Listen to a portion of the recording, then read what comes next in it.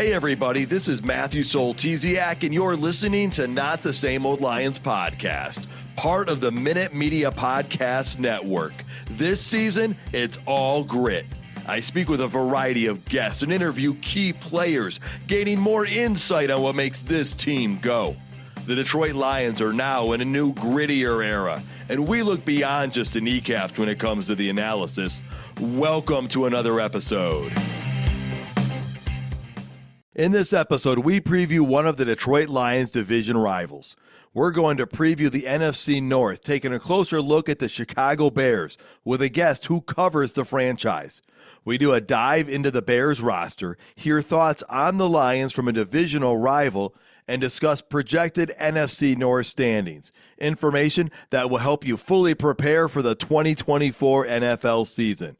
Let's get to it, Lions fans. Hi, this is Corey Schlesinger with the Detroit Lions, and you're listening to Not the Same Old Lions podcast. I'm joined today by Mike Berman, a member of NBC5 sports team out of Chicago. Mike covers the Bears regularly. Mike, it's good to have you here again. It's great to be back again, and I'm just so happy after what always seems to feel like an endless offseason and an even more endless training camp, especially for this Bears team that went to camp early for the Hall of Fame game. I'm just glad that we're talking about games that count. That we will quite soon, and a lot has changed since last year. Now, a quick recap: Lions were 12-5, Packers 9-8, Vikings and Bears both 7-10. But the first big thing that changed was Justin Fields' time in Chicago came to an end. So let's just start right there. How were Bears fans feeling about this when this kind of came about? Were most of them ready to move on, or were some wanting to stick with him? What was the thought process or the feeling? I think there's two camps. A lot of people falling into one of the two. Yeah, you had a lot of people that were, bizarrely enough, in support of keeping Justin Fields, and I'll tell you why I think that is. And then many people recognizing the opportunity that you had with, someone as incredibly talented as Caleb Williams, and the way the Bears had the good fortune of making a trade that not just landed them DJ Moore, but also landed them the first pick the next year. For me personally, it was a no-brainer. You're moving on from Fields. You're going with Caleb Williams. But we often joke about this, and the Bears get a lot of flack for it in town and across the country. Their awful history at the quarterback position. I think some people, it was hard to let go of Justin Fields because you saw signs of potential over various moments in his time with the Bears. Especially, you saw some of those highlight reel, runs, escape acts, and 60-plus yard runs for touchdowns. The type of stuff that really was special that you can't teach, that's just kind of God-given stuff, athletic ability and escapability. And I almost feel like you got a lot of Bears fans that were like, but this could be the guy, so we can't let him go and risk him going somewhere else and being great. But the fact of the matter is, in my opinion, and certainly in the only opinions that mattered, which is, Ryan Poles and the Bears front office and Matt Eberflus, Justin Fields was a guy who may have had potential, but they had enough of a sample size to know, or to believe strongly, that he was never going to achieve that potential, or certainly not consistently. And when you've got an opportunity to move on from a guy like that, who, by the way, at some point soon you'd have to pay, and move on to a guy like Caleb Williams, who, I think day one was going to step in better prepared to be all around, even as a rookie, a better all around NFL quarterback than Justin Fields was even into his third year. You just can't pass on that opportunity. And nothing is better in the modern day NFL than being able to build a team, not just around a great quarterback, but around a quarterback on a rookie contract. So all the signs pointed to moving on. I do see why some Bears fans who've just been hurt so many times at the quarterback position, wanted to entertain keeping Fields around. But I don't think there was any question. You had to move on. You had to bring in Caleb Williams, and that's what they did. All right, well, let's hit on the biggest transactions this offseason. Fields getting traded away allowed some of these to happen because, as you alluded to, getting a rookie quarterback on that rookie contract clears a lot of salary cap space. The Bears were able to bring in Keenan Allen at wide receiver. They were able to bring in DeAndre Swift at running back. They brought back Jalen Johnson at defensive back, and they also signed another tight end in Gerald Everett. In the draft, they took Caleb Williams at number 1. They added another wide receiver in Roma Dunze at number 9, and they grabbed an offensive tackle in the 3rd round. So that's a lot of moving parts, and I'm sure there's some I didn't even hit on. But let's start with the biggest part. That's always the quarterback position. That's the make or break part of any team. Justin Fields is gone, as we've talked about. Caleb Williams is in. So talk to me about that number 1 overall pick, Caleb Williams. How has he looked in camp? And he has a ton of weapons, more weapons than I think most rookie quarterbacks ever have. So I guess how's that chemistry looking as well? Well, you bring up a great point, Matthew, because typically a guy who's a quarterback who gets drafted 1st overall is joining a bad team. That's generally the case. That is not the case for Caleb Williams. He's fortunate to step in day 1, throwing to DJ Moore, Keenan Allen, Roma Dunze, Cole Kmet. That's pretty good. This Bears team is, I believe this Bears team has improved the roster to the point where adding Caleb Williams makes them a playoff contender. I really believe that they will be a playoff contender this year. They might end up winning, 8 games or 9 games and missing the playoffs, but I think that they're going to be competitive to the point where come November, they've got a chance to get into the playoffs. So all that said, I wanted to just acknowledge that I think you make a great point there, because the talent around a quarterback is a big variable in the success of the quarterback. Justin Fields never had anything close to this during his time with the Bears. I'm sure he's sitting there in Pittsburgh saying, could you have helped me out a little bit with this, cast of characters? I mean, he did have DJ Moore and he did have Cole Kmet, but to add Keenan Allen and Roma Dunze to that and DeAndre Swift, who's good catching it out of the backfield, as Lions fans could attest to, it's a nice cast of characters for Williams to work with. The answer to the question, how's he looked in camp, is kind of mixed. I'd say the answer is at times he hasn't looked great, but it's almost as if that's a benefit to him, and there's a reason to that. And I think the reason is the Bears have a solid defense.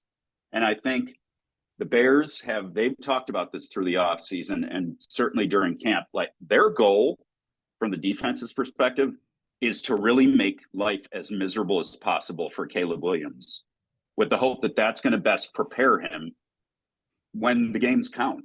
And I think Williams he's got such a natural talent and a natural ability to play the position at a high level that plan of making life as tough on him as possible.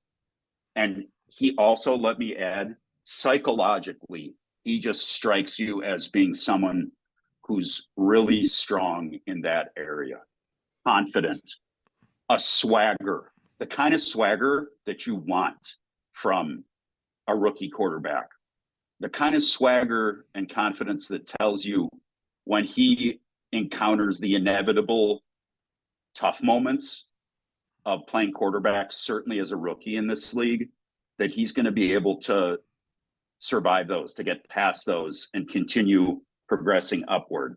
So I think all that put together, the Bears felt really comfortable about offensively, like overloading things with Williams, like, not just making it a simple vanilla playbook for him and having him go against a tough defense that was going to make it tough for him, that was going to challenge him. They felt comfortable that he's capable of handling all that and using that to his benefit. So I think what we've seen in camp is some great moments, some terrific throws. But as you saw in Hard Knocks, there's been plenty of those moments where he's facing adversity and he's struggling, and the defense is hooting and hollering and talking smack to him because they're getting the best of the offense. But I think that it's something that's going to benefit Williams. And I think that in the 2 preseason games we saw Williams play, we saw how that may have benefited him. Yeah, I don't ever want to make too much of preseason action, but Right. The Buffalo game, he led them to a couple of field goals, and he had one drive that was really impressive, including one fantastic throw to Cole Kmet on the move. And against the Bengals, the drive that he engineered at the end of the half is like, that just had to feel like chef's kiss for the offense, for Shane Waldron, the offensive coordinator, for Matt Eberflus. Like, the throw he made off of 1 foot, 40 plus yards in the air to a Dunze was outrageous. It was really good. And then he made a great play that should have been a touchdown, but a Dunze had a little rookie mistake where he didn't have his feet in bounds. It was almost like he just didn't really have awareness of where the end zone ended. And he came right back from that and spun out of the pocket 2 plays later and ran in a touchdown. So that, I just feel like you saw in the 2 preseason games he played, limited action. Again, preseason games, oftentimes not against the ones, but I think you had to like what you saw from Williams. All right. And so with rookie quarterbacks, like you said, there is that up and down, and not all the time does a rookie quarterback start. And when they do, they're not all CJ Stroud. And so that being said, even with these ups and downs, it sounds like you feel like day one, first game of the regular season, that Caleb Williams is actually going to be an improvement over where Justin Fields was the second half of last year after multiple years with this Bears team. Is that accurate? I think on the whole, yeah. I mean, I know that there's going to be those peaks and valleys that I think are inevitable for a rookie quarterback. I think the biggest thing for Caleb is, does he take care of the ball? If defenses are confusing him, which they're going to work to do, and they're going to, and they're having some trouble scoring, that to me, that's okay as long as he's taking care of the ball, because you've got a defense that's good enough. And I think over the course of a 4-quarter game, you're going to see at least a drive or 2 where Caleb and that offense figure it out. So if at the bare minimum, if they're only scoring 14, 17 points, that's not ideal, but I think that they could even win that way. And I do think on the whole, as the year goes on, Caleb and that offense will become better and better. At your job, do you ever have to deal with a nose roller? How about a snub pulley? Well, if you're installing a new conveyor belt system, dealing with the different components can sound like you're speaking a foreign language. Luckily, you've got a team ready to help. Grainger's technical product specialists are fluent in maintenance, repair, and operations. So whenever you want to talk shop, just reach out. Call, click Grainger.com, or just stop by. Grainger, for the ones who get it done. Well, let's talk about the guys that help make the quarterback's job easier before we get to the wide receivers, and that's just the running game. I just first want to talk about one running back, DeAndre Swift. And that's one that Lions fans are familiar with. And if we just look at a year ago, the Lions got David Montgomery from the Bears. And we got him on a 3-year deal for about $15 million. And then the thought was the Bears didn't want to pay him that. And then, and you can correct me if I'm wrong on this. And then just a year later, the Bears signed DeAndre Swift for a 3-year deal at $24 million. So I guess, why did they let Monty walk and then sign Swift a year later? I know they've got a slightly different skill set. Were you surprised by this move, or were there other variables that kind of played into it? Well, I think timing is the biggest element. I don't think, this Bears team going into this season was looking to add more um, to win, to more of a win now mode, and surrounding Caleb Williams to augment his ability and help him settle in. Versus the year before, I think the Bears probably knew that they weren't going to be a playoff team.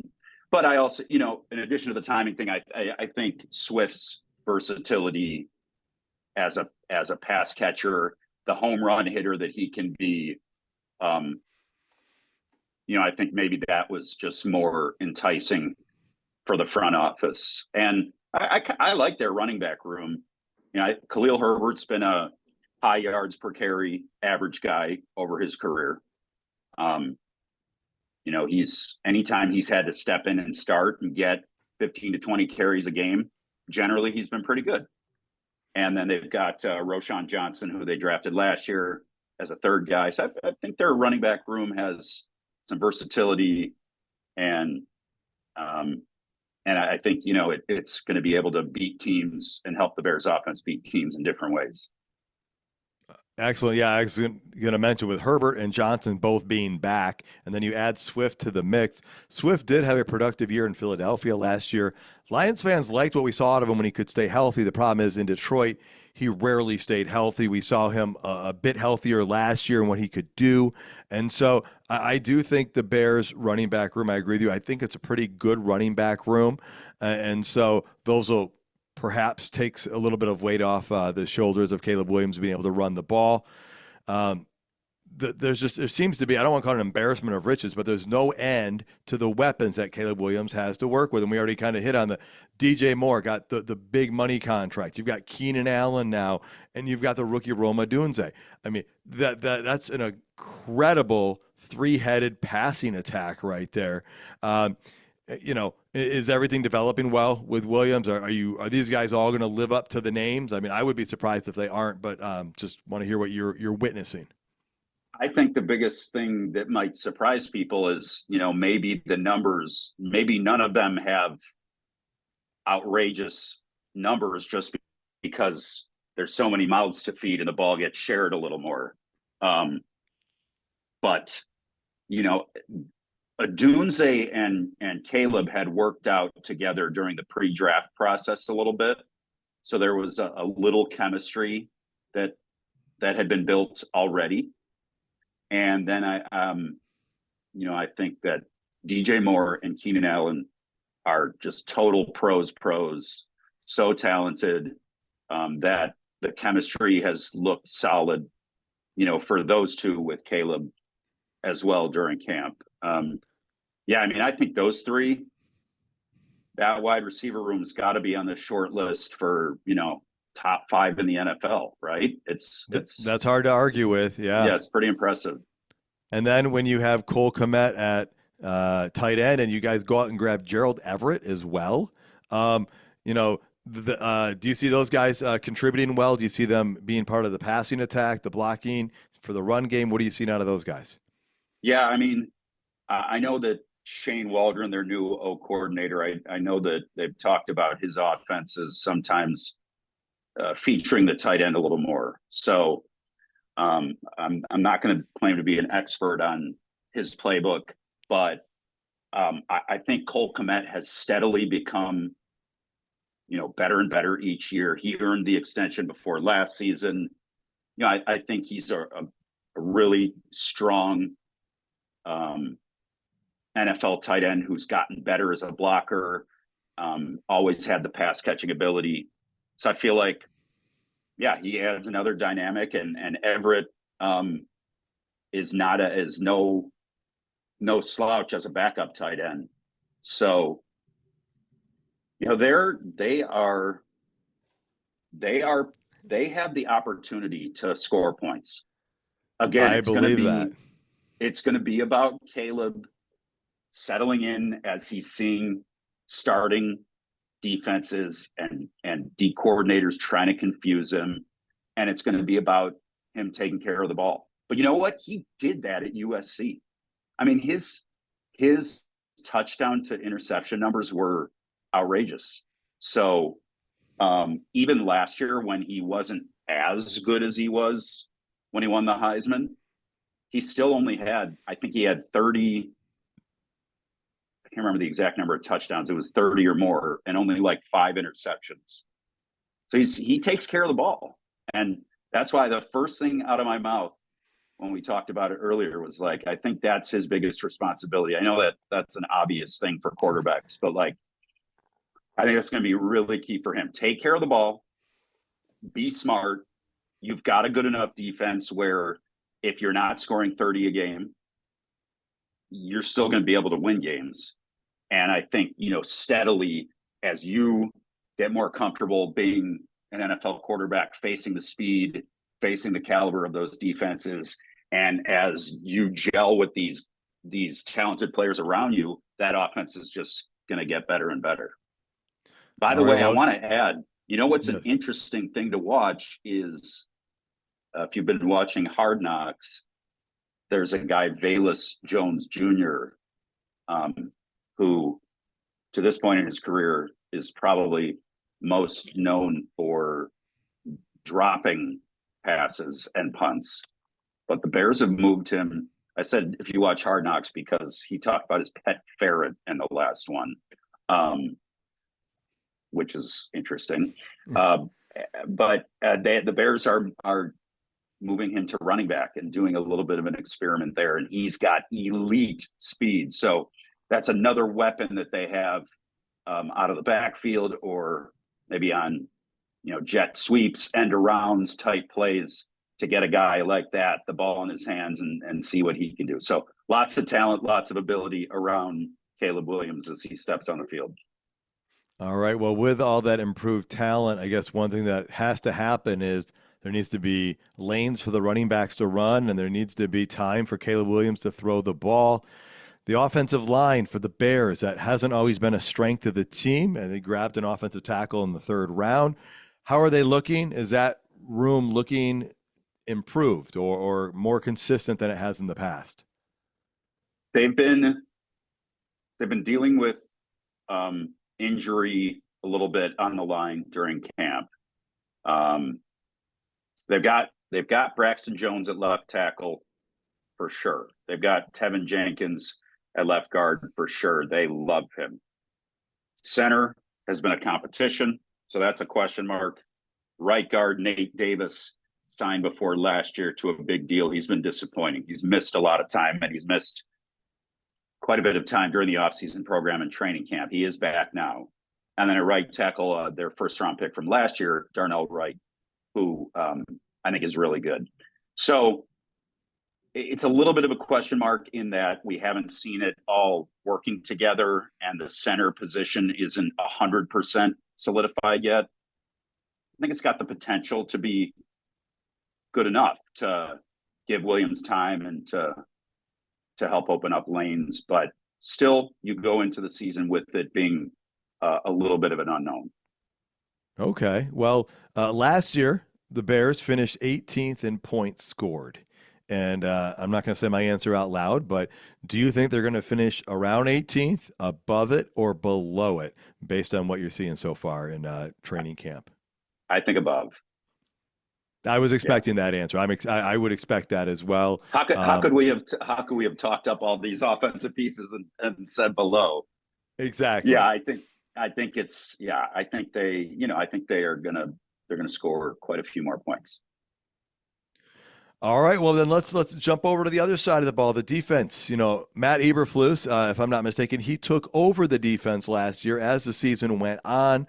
The Bears saw improvement once that happened.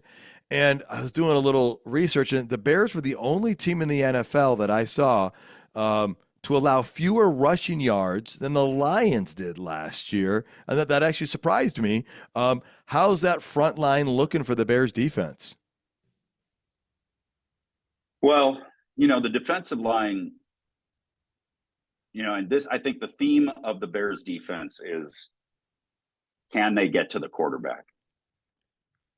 I feel really good about their secondary. I feel really good about their linebackers. Montez Sweat playing one defensive end position, feel great about that. Yep. But exactly what happens on the other side, and exactly what they get from the guys on the interior, those are, I think that will determine just how good the Bears defense can be. And, in the middle, they've got big Andrew Billings, who did a nice job for them last year. They really like Jervon Dexter, who they drafted last year. He's trimmed up. He's a very athletic, tall defensive tackle. So a little unusual there, but he's gotten a lot of positive praise during camp. And then, the biggest question of all is who's going to play defensive end opposite, who's going to get the most snaps opposite Sweat. They have DeMarcus Walker, who they signed to a deal before last season. He was okay, but they did take out of Kansas Austin Booker, D end, this year, and they felt like they got a steal, and he's done some nice stuff in camp and in preseason action. So that's a guy to keep an eye on, who may be kind of a guy who, to the outside world, you're like, where'd this guy come from? But to the Bears, they're like, we kind of knew we were getting a steal. They traded up for him a little bit, I think, in the 5th round. But they were eyeing him, and they like what they've seen so far. So that's what they've got going on the defensive line. All right. And so, yeah, it'll be interesting to see how those parts come together. And again, I guess the key you said is, can they get to the quarterback or not to get pressure?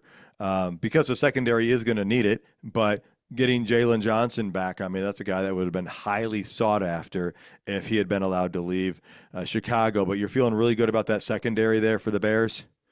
I love their secondary.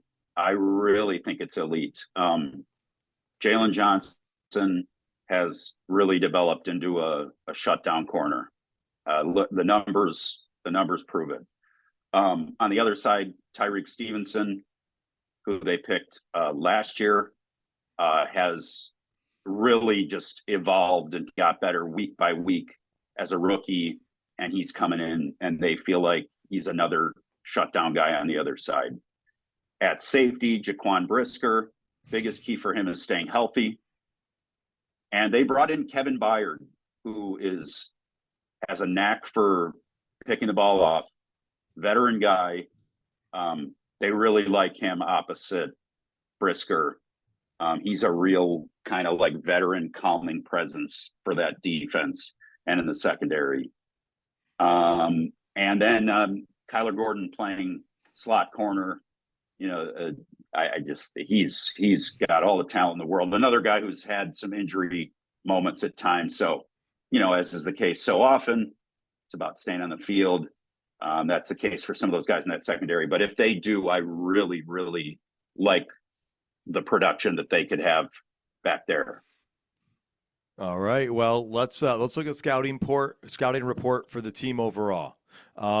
If one area of the team is considered to be the Bears' strongest part of the team, I'm guessing it's wide receiver, but if you want to go somewhere else, let me know. But where do you think the Bears are going to be the strongest this season? Yeah, I mean, wide receivers probably where I'd go to first.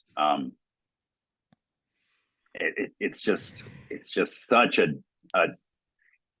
those three guys. I think Rome Odunze is like, I think in any other draft class, Rome Odunze would be, everyone would be talking about Rome Odunze. The problem for Rome Odunze is he was picked in the same class as Caleb Williams. But, right. Rome Odunze led college football in receiving yards. And you see him, just his route running, his hands, the catch radius, he's got it all. So I think adding him to two stars like DJ Moore and Keenan Allen, it's impressive. I guess my other answer would be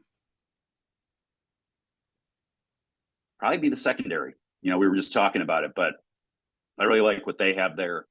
And, Matt Eberflus's defenses, they're so hell-bent on the takeaways. And I think that group is gonna do well in the takeaway department. Okay, and let's go to the opposite then. What do you think the biggest weakness of this team is going into the season? Yeah, I think my biggest question, I don't think they have a glaring weakness, but I think the ability to get after the quarterback, to pressure the quarterback. I think until Walker or Booker proves that they can do it opposite Sweat, I think teams are going to make it, they're going to double Sweat. They're going to make it tough for him. He is a game wrecker. He's really good. He was great for the Bears after the trade from the Commanders last season. But I want to see what can they do on the defensive line and pressuring the quarterback to help that secondary, to give them more opportunities for takeaways or some added opportunities for we didn't talk about the linebackers, but they're real solid there with Tremaine Edmonds and TJ Edwards, for those two guys to maybe get some takeaways. So yeah, I think the question mark, I don't know if I'd call it a weakness, but if there was one thing I'd point to, it would be defensive line. And the second one would be, how do they come together on the offensive line? So that, when you put it that way, that's a little concerning because you better be good in the trenches. But I do think that on the offensive line, the pieces are there for it to be solid enough. And on the defensive line, if they can get production from Booker or Walker or a combination of those two at the other defensive end spot, that's going to round out the defense. Okay, and I'm glad you mentioned Edmonds and Edwards because we didn't talk about the linebacking core, and they are some formidable players that are going to be a key to this Bears defense, either being successful or reaching the heights that most Bears fans are hoping they reach.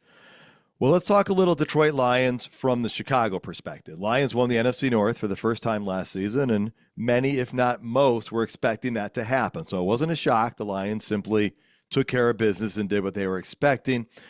How are the Bears, how are you, Bears fans, how are they viewing the Lions as we get ready to kick off 2024? What's their perception of Detroit?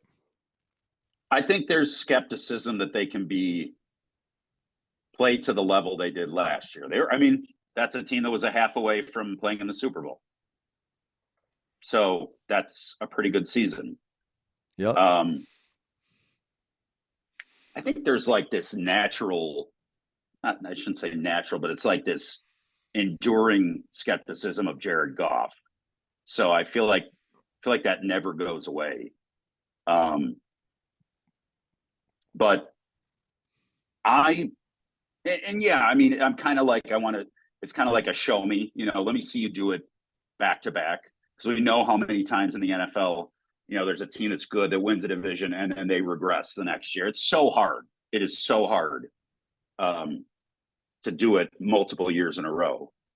But I personally feel like that this is a division that, is going to come down to the Lions or the Packers. I think the Bears can be a factor. I think the Bears can be a team that, beats the Lions, beats the Packers in either of those two meetings with each team. I don't know that I'm ready to say that the Bears are going to compete to win the division. But as I said earlier, I believe that this is a Bears team that can contend for a playoff spot. And if that's the case, they're good enough to beat the Lions and the Packers. So I cannot wait to see the NFC North season play out. And it's so weird that for the Bears, it's all backload. It's all the second half of the year. So it's going to be interesting to see, how does Caleb Williams go through the first half of the year? Are they playing well when they hit division play? Is he playing well and they go in with, some confidence? Or are they coming in and things haven't gone so well and now they got to play, certainly 4 games against the Lions and the Packers that are going to be real hard? So I'm Well, interested to see how it all plays out and how competitive I think it's going to be. I hope it is that competitive. yeah, well, I hear you on a lot of things. The NFC North is looking to be elevated even from last year, and they weren't bad last year. I mean, the Bears and Vikings did have some competitive games. The Bears beat the Lions one game last year, so I'm expecting competitive games again this year within the division, and I think the entire division is elevated. And our conversation might be a little different with the Vikings if JJ McCarthy hadn't gotten hurt, but I still don't think they're going to be a bad team. So let's looking at the Lions from your perspective, what area of the Lions team concerns you? Meaning, what area might be a challenge you think for the Bears to handle in a game? Ooh, I mean, I guess I'd say the Lions D line, for the Bears offensive line, making sure that they're not letting those guys rush Caleb Williams or get to him so many times that it's killing drives throughout a game. That would be my answer. Okay, and then I'm going to flip it around here. Where do you think the Bears might find success against the Lions? What's something that you're pretty optimistic on the Bears and thinking it might meet up well with something that the Lions maybe you're not expecting them to do as well at this year? Well, I'm blanking. Who's after St. Brown? Who's the Jamison Lions? Williams is the number 2 wide receiver. Jamison Williams, right? Yeah. I was going to say maybe the Bears corners and secondary holding their own against it. I mean, St. Brown's terrific. That's a tough question. That's a tough question for the guy who doesn't know the Lions like I know the Bears. Well, exactly. That's where I'm just kind of looking at perceptions from outside the Lions sphere of, hey, how are you viewing the Lions? But you're right. You don't follow them as closely, so you're just kind of going off what you've kind of heard here and there while you're very hyper-focused on the Bears itself. All right, well, let's move over back to the division. The Bears last won in 2018. The Vikings won in 2022, the Lions last year. You've already mentioned you think the Bears are a playoff team this year. They have the potential to be a playoff team. Do you have a prediction? Have you thought out which order you think the NFC North is going to finish in this year? Do you have any idea on that? I will tell you last year, I predicted, and I'm only telling you this because I got it right and I'm bragging, but I predicted the Lions to get first place, and I figured the Packers would likely get second. And I said the Bears and Vikings would be right behind the Packers, but all three of those teams would finish within 2 games of each other, which they just barely did. And so that being said, a lot of changes in this division, a lot of elevation. So I just wanted to see if you had any thoughts on the order of operations and your viewpoint. And again, we take it all with a grain of salt. We know 1,000 factors going throughout the season that can change the course of fate. So, yes, I will preface by saying unlike you, I'm sure I will get the prediction wrong. Unlike you last year. Well, I don't know what my prediction is yet this year. I've got a short amount of time to figure it out, but I'm not nearly as bullish this year as I was last year. Okay, that's interesting to hear. One thing I really do like is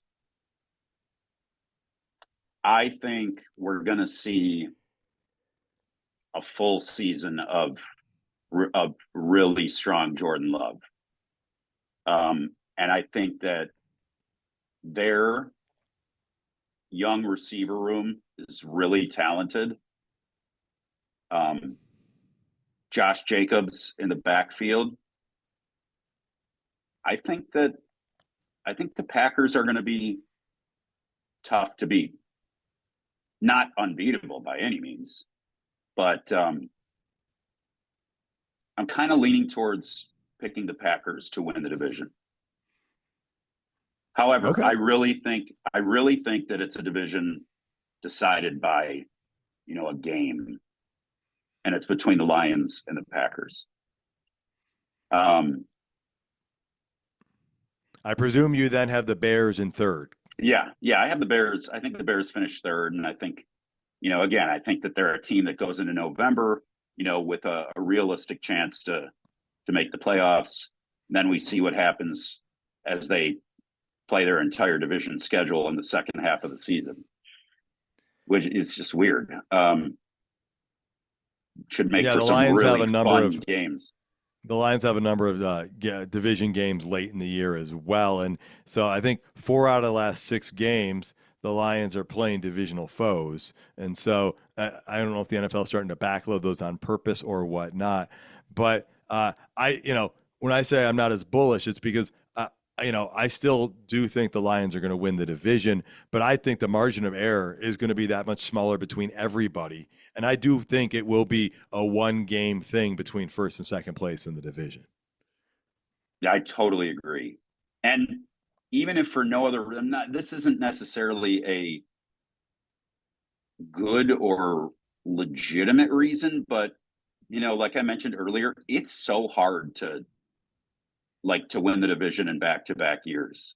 There's just those, I don't know, now the Lions will play, they play a better schedule being a first place team. Do you get the same production that you got from all those guys that helped you win the division last year? Injury factors. There's just so many variables, and to do what, like the Chiefs have done, where they've just really run off division titles after division title after division title like that's hard. That's rare. Yeah, I mean, ask Vikings fans, right? They had high expectations going into last year, and it didn't work out well. If you ask Packer fans, they might sing a different song because they've had a few runs in a row there, but They've also had a luxury at quarterback. So, all right, well, Mike, anything I haven't asked you about the Bears that you think is good for Lions fans to be aware of as we get ready to kick off the season and get to see what the NFC North has got in store for us? I don't think so. You had great questions. We covered. Oh, here's a good one. I thought of something. So the Bears drafted Torrey Taylor, who was the Ray Guy Award winner, best punter in college football from Iowa. Punt you. Yep. No one gets more work than the Iowa punter. Right. He's looks incredible. I'll be interested to see how that potential special teams weapon impacts this Bears team. If you got a guy who can pin teams consistently, inside the 10, that's big. Yeah, that's big. Yeah, that could be a game changer for them. Changing that field position in a game is big. Yeah. So that'll be interesting to keep an eye on him. And then I want to circle back real quick. You talked about how you have so many division games late. That might actually be a blessing, giving Caleb Williams more time to develop and progress before he plays those divisional games, which could impact the seeding of the division a little bit more. I totally agree. I think, there's an opportunity for the Bears. You're talking about facing Tennessee, Carolina, the Commanders. There's some games out there for you to win and some opportunities to potentially build some momentum, build confidence, and to not have to face the Packers and the Lions early, or even have to go into Minneapolis, which is a tough environment. That could benefit the Bears. They get things rolling. They're feeling good midway through the year, and then they're giving all the division teams their best shot down the stretch. That makes a lot of sense. Mike, thanks so much for your time. Thanks so much for all these Chicago insights. It's going to help Lions fans understand just that much more about the rival as we get ready for what should be an extremely competitive NFC North season. Absolutely. I'm always honored when you ask me to join. So thank you for having me. Can't wait for Thanksgiving in Detroit and a couple of hopefully good games between the Bears and Lions this year. Sounds good. And again, folks, that's Mike Berman of NBC5 Sports Team out of Chicago. Folks, we hope you've enjoyed our Chicago Bears preview here of the NFC North. Be on the lookout tomorrow when we drop the Minnesota Vikings NFC North preview. Thank you so much for tuning in, folks. You can find more episodes and content at notthesameoldlions.com. Tell your friends and family about the show. Like, comment on socials. Please subscribe regardless of your listening platform. Until next time, stay gritty, my friends.